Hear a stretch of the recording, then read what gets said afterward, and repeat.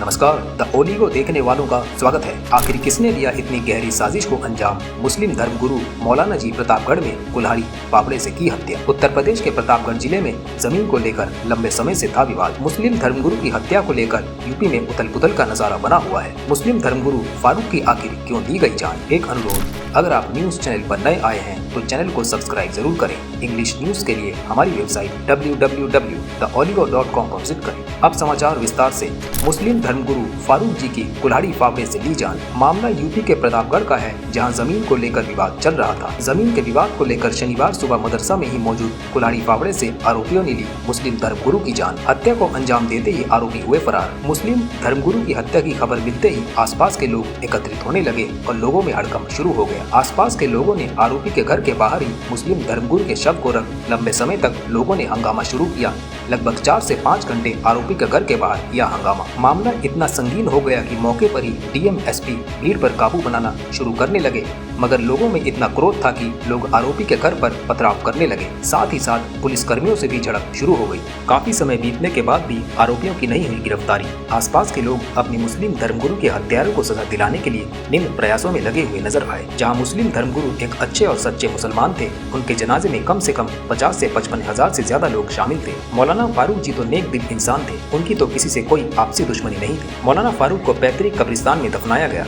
सूचना के मुताबिक प्रतापगढ़ के जेठबड़ा धनक क्षेत्र के सुनपुरा निवासी मौलाना फारूक पहले गांव में ही मदरसा चलाते थे। बाद में मौलाना फारूक नगर कोतवाली क्षेत्र के महुआर में मदरसा चलाने लगे। उन्होंने गांव के ही चंद्रमणि तिवारी से एक जमीन खरीदने की खरीदारी करने का सौदा किया और 10 लाख रुपए दे दिए। चंद्रमणि ने जमीन का कुछ हिस्सा अपने पड़ोसी को बेच दिया।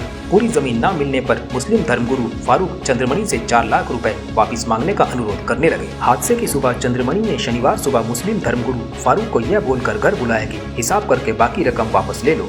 मौलाना फारूक सुबह लगभग 7 बजे स्कूटी से चंद्रमणि के घर पहुंचे। तभी साथ ही मदरसा में मौजूद कुल्हाड़ी फावड़े से हमला कर दिया गया और मुस्लिम धर्मगुरु फारूक जी तड़प कर जमीन पर खून में लथपथ हो गए। मौका देख आरोपी और उनके घर के अन्य सदस्य घरों से फरार हो गए। खबर पर करीब 10 मिनट के बाद मौलाना फारूक के घर वालों को जानकारी हुई तो वे मौके पर पहुंचे। घटना से पूरे इलाके में आक्रोश फैल गया। मुस्लिम धर्मगुरु की हत्या को सुन आसपास के इलाके के लोग इकट्ठा होने लगे और जैसे जैसे भीड़ इकट्ठा हुई, मुस्लिम धर्मगुरु की जमीन पर खून से भारी लाश देख लोग बेकाबू हो उठे। इंसाफ के लिए फोर्स के साथ सीओ सदर अमरनाथ राय, सीओ रानीगंज विनय प्रभाकर सहानी और एसपी पश्चिम संजय राय हत्या मामले पर मौके पर पहुंचे तो आकर्षित भीड़ की एएसपी से झड़प हो गई। आसपास के लोगों की मांग है कि जब तक आरोपियों के घर पर बुलडोजर नहीं चलता, गिरफ्तारी नहीं होती, तब तक मुस्लिम धर्मगुरु का शव नहीं उठाने देंगे लोग। आरोपी के घर के बाहर मौजूदा भीड़ ने करीब 5 घंटे तक आक्रोश उत्पन्न किया। अधिकतम बार लोगों की पुलिस अधिकारियों से नोकझोंक भी होती रही। चिंतापूर्ण मिजाज को देखते हुए प्रतापगढ़ के अलावा प्रयागराज, कौशाम्बी और फतेहपुर से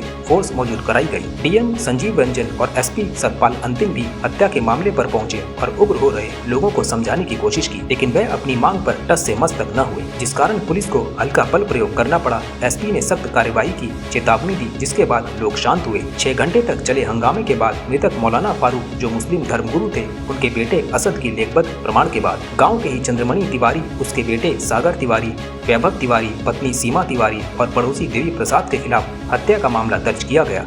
पूरे मामले पर एसपी सतपाल अतिल ने क्या कुछ कहा, जानते हैं। जेठवाड़ा पुलिस को सूचना मिली थी कि सोनपुर में किसी पैसे के लेन देन जमीन के मामले के संबंध में एक व्यक्ति है, उनको चोट लगी है और उनकी मौके पर मृत्यु हो गई। इस सूचना पे एसओ जेठवाड़ा और हम सब लोग पहुँचे थे और वहाँ पर जो परिवारजन है, परिवारजन से तहरीर प्राप्त की गई है। उनके पुत्र असद के द्वारा तहरीर दी गई है, जिसके आधार पर एक महिला और 4 पुरुषों के विरुद्ध, जो कि उसी गांव के रहने वाले हैं, उनके विरुद्ध अभियोग पंजीकृत किया गया है और इसमें गिरफ्तारी हेतु 3 टीमों का गठन किया गया है।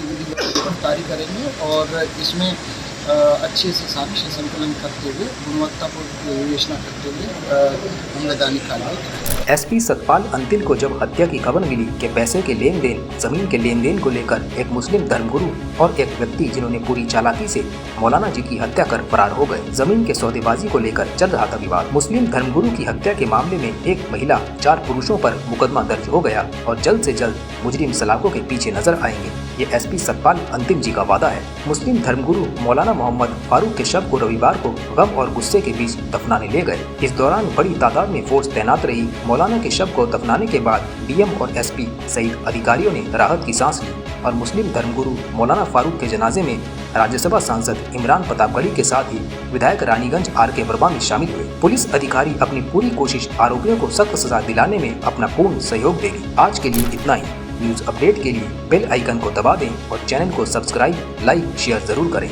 आपका कीमती समय देने के लिए धन्यवाद।